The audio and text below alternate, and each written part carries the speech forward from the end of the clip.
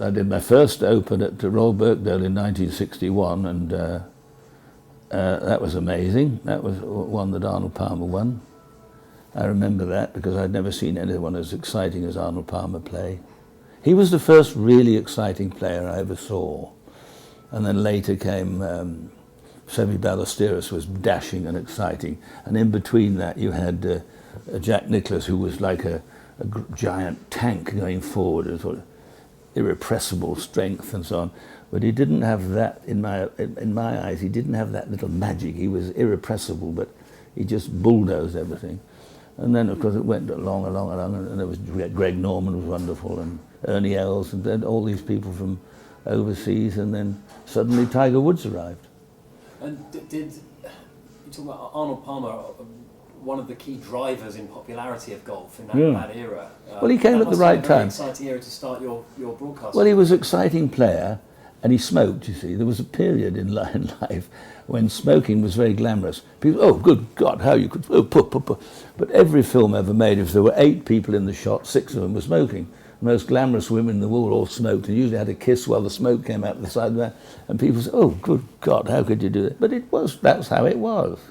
And Arnold smoked and hitched up his pants, and he had rugged good looks, and he smashed the ball everywhere, made mistakes, holed putts, did outrageous things. Television was coming in, and colour television came in, and suddenly golf, which hadn't really taken anyone by storm as far as television went, suddenly was on every week 4 days of television, even though they only showed the last 5 or 6 holes, whatever they did. And it took off, and Arnold was playing well, and then other characters came along, and it took off. It's hugely, today, it's Sky Television. They must do over 200, 250 golf events a year, which is amazing, amazing. The obsession now, I suppose, in the modern day is to compare players to players of bygone eras.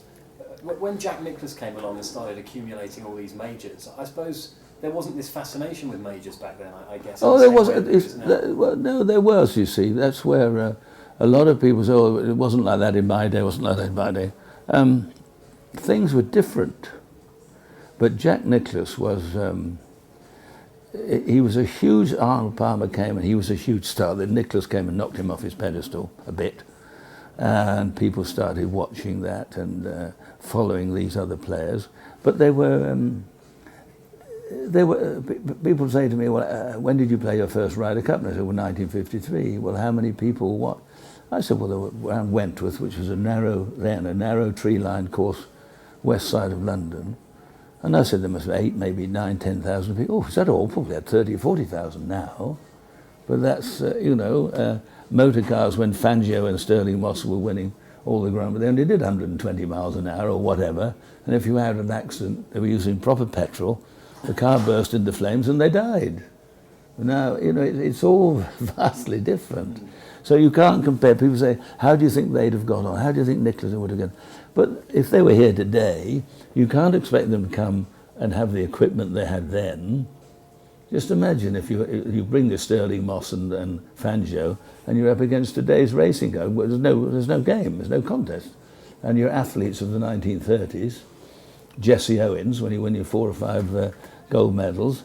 I mean, some people, my granny could run faster than him, but he was the fastest man in the world in 1936 or whatever it was.